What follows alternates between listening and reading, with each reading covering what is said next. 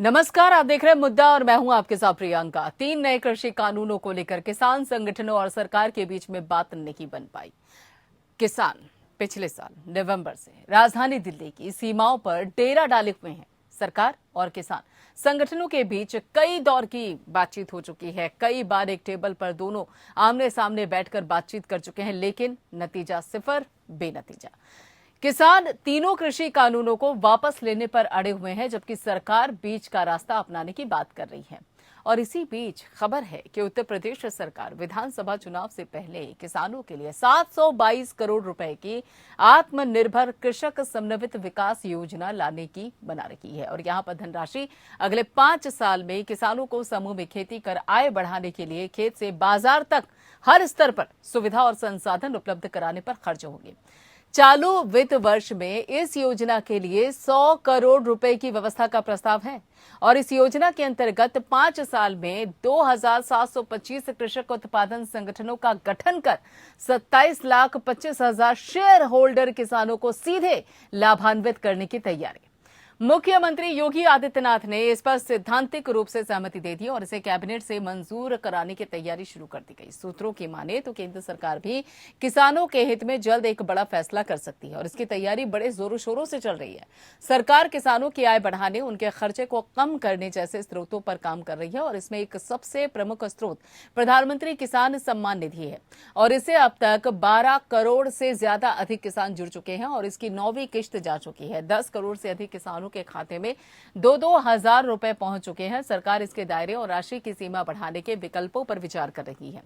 उधर किसान 5 सितंबर को यूपी के मुजफ्फरनगर में महापंचायत कर रहे हैं। किसान महापंचायत की जिम्मेदारी भारतीय किसान यूनियन को सौंपी गई और इस किसान महापंचायत में 3 नए कृषि कानूनों और किसानों के मुद्दों पर चर्चा होगी। किसान संगठन के लोग गांव-गांव जाकर पंचायत कर लोगों से महापंचायत में आने की अपील कर रहे हैं। भारतीय किसान यूनियन का दावा है कि पंजाब, हरियाणा, महाराष्ट्र और दक्षिण के राज्यों समेत पूरे देश में किसान इस महापंचायत में हिस्सा लेंगे। भारतीय किसान यूनियन के नेता राकेश टिकैत ने कहा कि महापंचायत का यूपी चुनाव से कोई लेना देना नहीं है। चुनाव 6 महीने बाद है। उत्तर प्रदेश में किसानों को परेशानी हो रही है। पिछले 5 साल से राज्यों में गन्ने के दाम नहीं बढ़े, लेकिन बिजली के दाम बढ़ रहे हैं। केंद्र सरकार ने गन्ने के दाम में 5 रुपए प्रति किलो की बढ़ोतरी की। टिकैत ने आरोप लगाया कि सरकार किसानों का अपमान कर रही है। उधर महापंचायत को देखते हुए पुलिस प्रशासन पूरी तरीके से अलर्ट है। मुजफ्फरनगर और आसपास के जिलों में भारी सुरक्षा तैनात कर दी गई है। शासन ने मुजफ्फरनगर और उसके आसपास के जिलों में आईपीएस भेजे हैं और सहारनपुर, शामली, बागपत में विशेष आईपीएस तैनात किए गए और इसके अलावा मुजफ्फरनगर में रह चुके अफसरों को भी बुलाया गया है।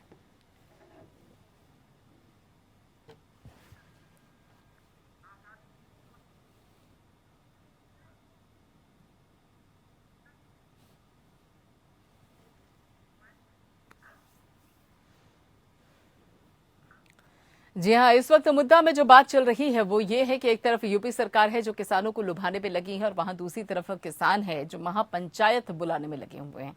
और ऐसे में 2 सबसे अहम मजबूत प्रतिनिधि, लेकिन दोनों अलग रास्ते पर इस वक्त बात करने के लिए हमारे खास मेहमान हमारे साथ जुड़े हुए हैं कि आखिर इसका नतीजा क्या होने वाला है।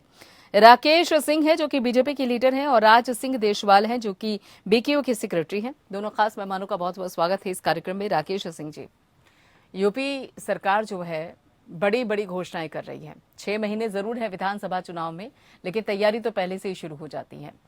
सवाल ये उठता है कि आपको लगता है कि इन घोषणाओं के जरिए आप यूपी के किसानों को साथ पाएंगे, खासतौर पे तब जब लगभग कई महीनों से यहाँ पर किसान धरने पर बैठे हुए हैं? नहीं, जो किसान धरने पर बैठे हैं वो अब अपने विषय से हट रहे हैं। वो अब वो कानून की बात नहीं कर रहे हैं, कृषि कानून की बात नहीं कर रहे हैं, वो गन्ने की भुगतान की बात कर रहे हैं और करना भी चाहिए उन किसानों को जो किसानों की समस्याएं हैं। लेकिन पिछली सरकारों से जरा तुलना भी करनी चाहिए। इन 4 सालों में 1,40,000 करोड़ का अगर भुगतान हुआ है, पिछले 10 साल का रिकॉर्ड टूट गया है। खरीद में रिकॉर्ड टूटा है। पिछली सरकार में, यही अखिलेश यादव की सरकार में 6 लाख मीट्रिक टन खरीद होती थी, सरकारी खरीद होती है। इस बार 56 लाख मीट्रिक टन खरीद हुई है, तो सरकारी खरीद हुई है। तो ये तुलना करना, जो समस्याएं हैं, जो दिक्कतें हैं, उसको लेकर पंचायत होनी चाहिए और पंचायतें, अच्छी पंचायतों में बड़े बड़े मसले सुलझ जाते हैं। तो ऐसी स्थिति में जो जो समस्याएं हैं वो पंचायतों में हल होनी चाहिए। ठीक है राकेश जी, एक बात बताइए, आपने अभी खुद ही कहा कि जो किसानों की समस्या है वो गन्ने को लेकर है, बिजली के बिल को लेकर है, और ऐसा तो है नहीं कि बिजली का बिल अभी 3-4 महीनों में बढ़ा है। लगभग देखा जा रहा है कि पिछले कई बार 2 सालों से किसान लगातार परेशान है, और गन्ने के मूल्य को लेकर तो किसानों का कहना है कि 5 साल से कोई बढ़ोतरी ही नहीं हुई। तो सीधे इस समस्या पे आ जाइए ना, घुमा फिरा कर कान पकड़ने की क्या जरूरत है। सीधे कह दीजिए कि गन्ने का मूल्य बढ़ेगा और बिजली का बिल घटेगा, साफ भाषा में साफ संदेश। नहीं, अब किसान संगठनों को सोचना चाहिए ना कि ये जो 9 महीने से बैठे थे उसकी बात क्यों नहीं कर रहे हैं, क्योंकि इनकी पोल खुल गई है। ये सारे कानून तो किसान के हित में थे। आप 9 महीने से पूरे दिल्ली को बंधक बना के रखे थे और आज बात कर रहे हैं गन्ना भुगतान की। तो गन्ना भुगतान की जो बात है उसमें आपको देखना पड़ेगा ना कि पिछली सरकारों ने कितना किया है। 1,40,000 करोड़ का अगर भुगतान 4 साल में हुआ है तो इसके लिए शाबाशी तो किसान संगठनों को, सरकार को देनी चाहिए, उत्तर प्रदेश सरकार को। और अब किसान कानून की बात क्यों नहीं कर रहे हैं? किसान कानून की बात क्यों नहीं हो रही है? राज सिंह देशवाल जी, देखिए अब जिस तरीके से उत्तर प्रदेश की सरकार है उन्होंने किसानों को साधने के लिए अच्छा खासा ऐलान कर दिया है, एक अच्छे खासे बजट की बात कर दी है। कहीं ऐसा तो नहीं है कि यूपी के किसान हाथ से निकल जाएंगे? देखिए, अभी बीजेपी के प्रवक्ता को आप सुन रहे थे, इनका जो रवैया है वो टकराव का है। ये किसी भी तरीके से कोई राहत देने के उसमें नहीं है किसानों को। और दूसरा, हम क्या आंदोलन चलाएं, किस तरीके से चलाएं, हम कोई इनके कृषि मंत्री तो है नहीं, इनके मिनिस्टर तो है नहीं कि भाई ये ऊपर से जो है ना आदेश दे दें और वो ये संसद में एक ऑर्डिनेंस ला के जो है ना बिल पास करवा लें। देखिए, किसान आंदोलन जो कर रहे हैं वो किस तरीके से करेंगे, शांतिप्रिय तरीके से करेंगे, लेकिन वो अपनी मांगों को जो है ना कहाँ तक रखेंगे, कब कब रखेंगे, किस किस मंच पे रखेंगे, इसके निर्देश हमें जो है ना इस भाजपा से नहीं लेने कम से कम। इस भाजपा पार्टी का ये अपना विश्वास खो चुकी देश का, अब इसके ऊपर कोई विश्वास नहीं करता। इन लोगों की घोषणाएं आप अगर देखें तो मुझे नहीं लगता कि आज देश के अंदर कोई भी ऐसा आदमी है जो इनकी सभी घोषणाओं को जो है एक एक करके बता दे। भूल गए लोग, क्योंकि एक के बाद एक है, एक के बाद एक के बाद एक, और हासिल कुछ नहीं हुआ लोगों को। नहीं, ठीक है, इन्होंने कुछ नहीं करना। राज सिंह जी, ये लोग जो है ना सिर्फ जो है ना, दरअसल ये हमें ऐसा लगता है कि ये कहते हैं ना कि हमारी महत्वाकांक्षाएं हैं राजनीतिक।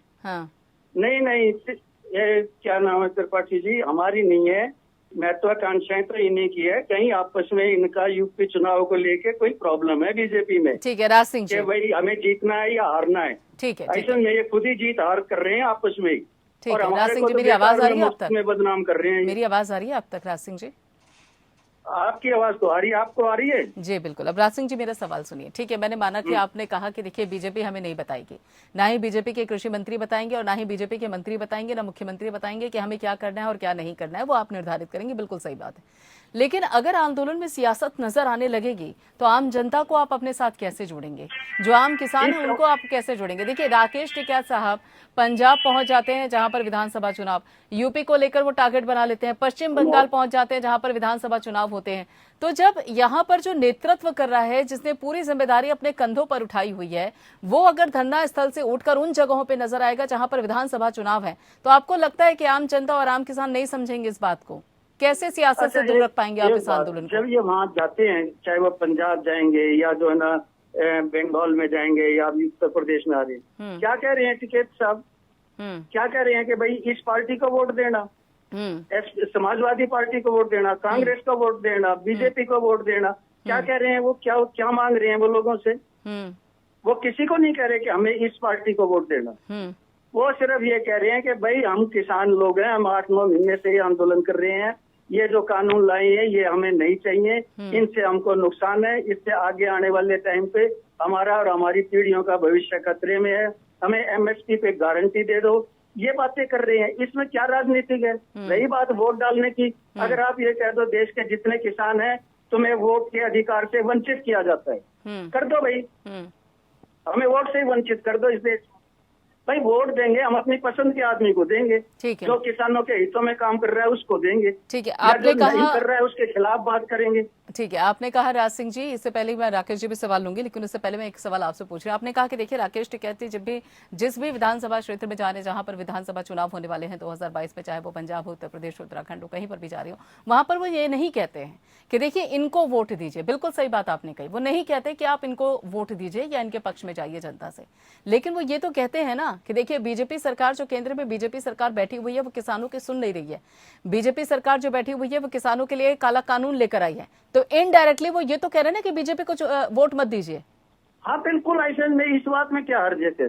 अगर ये भी हम ना कहें, हम किसके गुणगान करें इस सरकार के, और जी इससे बढ़िया सरकार तो आई नहीं, ये तो जो है ना सदियों में कोई एक ऐसी सरकार आती है, ऐसे कहें क्या हम? नहीं राज सिंह जी, देखिए जहां विधानसभा चुनाव है, जहां विधानसभा चुनाव हो रहे हैं, वहां पर अगर आंदोलन करने वाले जिनको जहां जाना चाहिए, जहां बैठना चाहिए, उन राज्यों में अगर जाकर वो कह रहे हैं कि देखिए बीजेपी हमारी नहीं सुन रही है, बीजेपी सरकार हमारी बात नहीं सुनती और काला कानून लाकर दे दी है, तो क्या आपको नहीं लगता कि ये थोड़ा सा कहीं ना कहीं एक नेगेटिव प्रचार जाएगा, अप्रत्यक्ष तौर पर ही जाए? नहीं तो इनको क्या फर्क पड़ता है हमारे उससे कहने से? हम तो मुट्ठी भर आदमी हैं, हम तो खालिस्तानी, मवाली, गुंडे, बदमाश, राष्ट्र विरोधी, देशद्रोही, इनकी नजरों में तो हम लोग ये हैं। हमारे कहने से क्या फर्क पड़ेगा इनको? हम लोग तो जो है ना असामाजिक तत्व हैं, हम तो आंदोलन जीवी हैं। इन्होंने हमें क्या क्या संबोधन दे दिए, क्या क्या अलंकार लगाए हैं इन्होंने हमारे ऊपर, हमारे और हमारे बच्चों को जो है ना इन्होंने क्या क्या नहीं कहा है। तो ऐसे हम इनको कैसे, हम नफरत होती है अब हमें इनके बातें सुनकर। ठीक है, अब आक्रोश, गुस्सा नहीं आता, अब एक नफरत की जैसे घिन आती है ना, घिन आती है हमें इनसे। ठीक है राकेश साहब, ये गुस्सा भारी पड़ जाएगा, चाहे कितने भी ऐलान कर लीजिए। अगर किसान कह रहे हैं कि देखिए पहले हमारी बात सुनिए, आप चाहे इधर से उनको थामने की कोशिश कीजिए या उधर से साधने की कोशिश कीजिए, लेकिन अगर मुद्दे पे बात नहीं होगी तो वो नहीं सुनने वाले हैं। राकेश साहब, देखिए देशवाल जी जो कह रहे हैं इनकी बात तो सुनी जा रही थी, बातचीत सरकार कर रही थी, सरकार ने आमंत्रित किया, ये लोग सीधे पहले दिल्ली को बंधक बनाया, इन लोगों ने घेरा। तो पंचायत पहले होनी चाहिए, जो विषय पहले आना चाहिए वो बाद में आप पंचायत कर रहे हैं। सबसे पहले इन लोगों ने पहले दबाव बनाने की कोशिश की, और ये जो मांगे हैं, जो कानून बिना दबाव के सरकार सुन लेगी क्या? बिना दबाव के सरकार सुन लेगी? और अगर बिना दबाव के सुन सकती तो फिर ये नौबतें क्यों आती है? राकेश साहब, आपको मेरी आवाज मिल रही है? ठीक है, राकेश साहब तक मेरी आवाज नहीं पहुंच पा रही है। राज सिंह जी, यहाँ पर जिस तरीके से भी राकेश जी ने कहा कि देखिए दबाव बनाने की कोशिश की जा रही है, तो पूरी तरीके से सियासत ना समझी जाए कि देखिए अब दबाव बनाएंगे तभी काम होगा, खासतौर पे तब जब चुनाव अब सामने है। आपकी इस बात से मैं सहमत हूँ कि हम लोग जो है ना दबाव इस सरकार के ऊपर बनाए हुए हैं, और दबाव बनाने ही के लिए हम आंदोलन कर रहे हैं कि हमारी सुनो साहब। ऐसे में जब बच्चा रोता है, भूखा होता है, तो वो रो के जो आवाज करता है वो घर में किसी को अच्छी नहीं लगती, तो वो बच्चा उस समय रो के एक दबाव बना रहा होता है परिवार के कि मुझे भूख लगी है। हम राजधानी की चौखट पे पड़े हैं, क्या क्या हमने तकलीफें नहीं सही। हमारे 600 से ऊपर आदमी जो है ना शहीद हो चुके। एक बार इनके किसी के मुंह से निकला कि हमें दुख है? नहीं, ये सरकार हमारे प्रति जो है ना बिल्कुल भी। तो वही तो सवाल है देशवाल साहब कि देखिए बच्चे को रोते हुए लगभग 6, 7, 8 महीने होने को आए हैं, लगभग पूरे हो चुके हैं, और जो घर के लोग हैं वो सुनने को तैयार नहीं है। ऊपर से अब विधानसभा चुनाव, तो ऐसे में चलिए मानते हैं कि बहलाने की कोशिश करेंगे, लेकिन नतीजा तो नहीं निकल रहा है ना। क्या आपको नहीं लगता कि थोड़ा रणनीति में बदलाव करने की जरूरत है? ऐसा या शायद नेतृत्व जो है ना ये घर वाले नहीं सुन रहे ना, तो इन घर वालों के ऊपर भी जो इन हमारे दादा या जो बड़े लोग हैं, बुजुर्ग हैं, जिन्होंने इन लोगों को, इनका भी तो कोई ऊपर है। जनता सबसे ऊपर है हमारे देश के अंदर। सरकार जनता बनाती है, सरकार से जनता नहीं बन रही। अब हम जो है ना जब हमारी इसमें नहीं सुनी, तो अब हम जो है ना जनता के पास चले गए, अपने दादाजी के पास, कि भाई ऐसे ऐसे हालत कर रखी है, आप इनका इलाज करो जी। बिल्कुल, और इलाज होगा जहाँ पर विधानसभा चुनाव होंगे? बिल्कुल होगा। ठीक है, मतलब मान लिया आपने कि जहाँ पर विधानसभा चुनाव है वहीं पर अगर देखा जाए तो दबाव बनाया जाएगा। जहाँ पर भी बात होगी हम जो है ना मोबिलाइज करेंगे, और हम बताएंगे कि देखो हमारे कपड़े फाड़ के ये 56 इंच के सीने वाले ने जो है ना हमें कितना घायल कर रखा है। ठीक है, फिर ये मत कहिए कि सियासत नहीं है, यानी कि सियासत भी कहीं ना कहीं मिली हुई है। बिल्कुल चर्चा, जब हम अपने लिए वोट मांगते हो। ठीक है देशवाल साहब, कुछ मांगे नहीं रहे। केंद्र सरकार भी ये जानती है और कई बार आप ही के नेताओं ने कहा है कि देखिए अगर केंद्र की सियासत तक पहुंचना है तो उत्तर प्रदेश को अपने पास रखना पड़ेगा, लेकिन जब वहां के किसान ही आपके हाथ में नहीं रहेंगे तो फिर केंद्र की सत्ता कैसे बरकरार रहेगी? देखिए, उत्तर प्रदेश का किसान भाजपा के साथ है, भाजपा का समर्थक है और भाजपा की नीतियों पर भरोसा करता है।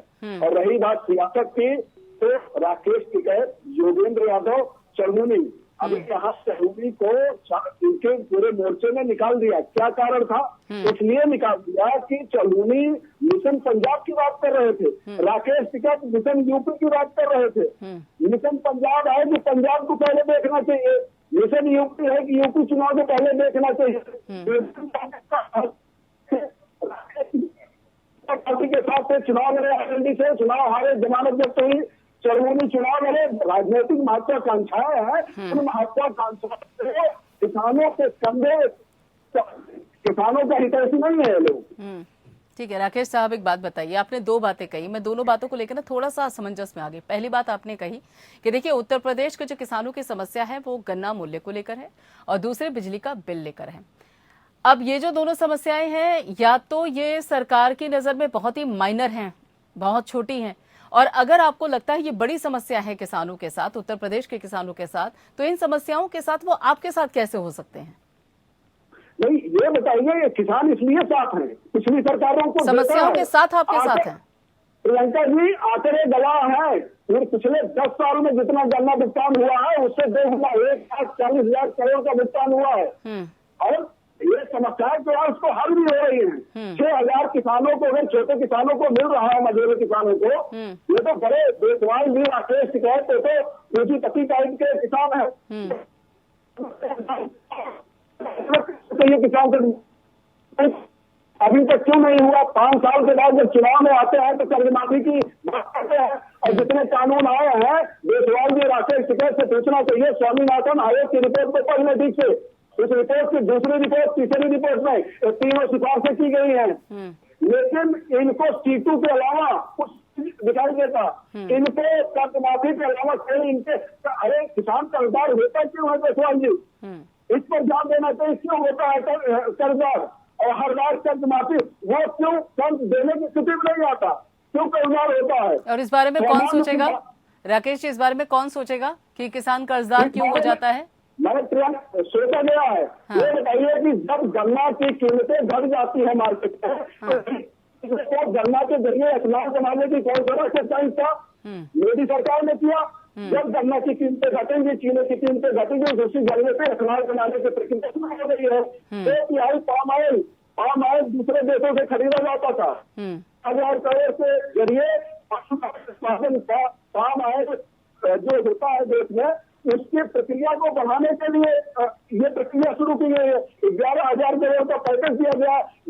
ऐसी राकेश टिकैत के समझ में नहीं आएगी। इनको कर्ज आंदोलन भरना, इसके अलावा कुछ नहीं, नीतियों को समझना सीखिए। ठीक है देशवाल साहब, बच्चे को चुप करवाने के लिए घर के लोग काम कर रहे हैं, जो भी समस्या है उसके निदान करने की कोशिश की जा रही है, लेकिन कहीं ऐसा तो नहीं कि बच्चा ही जिद पर अड़ गया हो?